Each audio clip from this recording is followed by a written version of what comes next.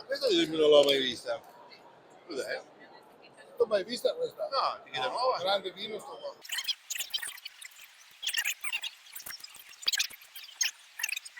Allora, una cara amica dei cari amici, Vicentini Agostino, e siamo in compagnia di...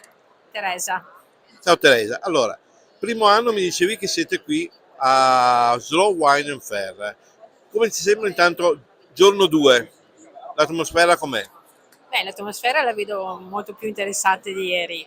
Difatti oggi ci sono molti appassionati, giustamente, molti del gruppo della Slow, però anche importatori sono venuti stamattina e quindi io vedo già qualcosa, diciamo, di interessante, ecco, anche per le piccole aziende. Intangibile, no? Diciamo. Sì, esatto. Perché va bene bere, ma bisogna anche vendere, La no? nostra azienda adesso è entrata appunto nel mondo biologico e quindi adesso presentiamo i nostri prodotti giustamente dai nostri territori, però con una certa cura diciamo, in tutte le varie lavorazioni, ecco.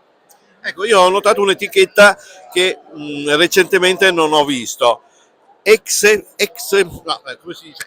Exemplum. Exemplum. Exemplum è È un stata... esempio, cos'è?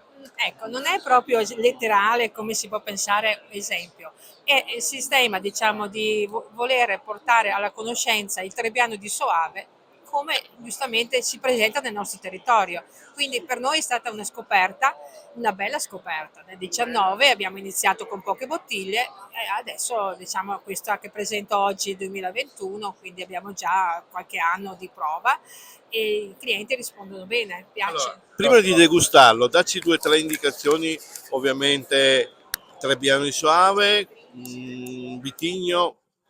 Vitigno è un Vitigno Totto, no? Quindi è un Vitigno nostro. In dialettale si dice proprio Trebbianello, anche sul disciplinare. Del Soave, diciamo, c'era già nel 68 una piccola, diciamo, percentuale, un 20-25% massimo, assieme alla Garganega. Quindi questa è una cosa che noi facciamo da sempre. Poi, avendo un po' di più di questo prodotto, Avete fatto in purezza, no? abbiamo fatto in purezza, esatto. Quindi è un IGT, naturalmente, non è una DOC. Bene, quindi ci fermiamo qua, adesso andiamo a degustarlo tutti insieme e vi daremo un responso.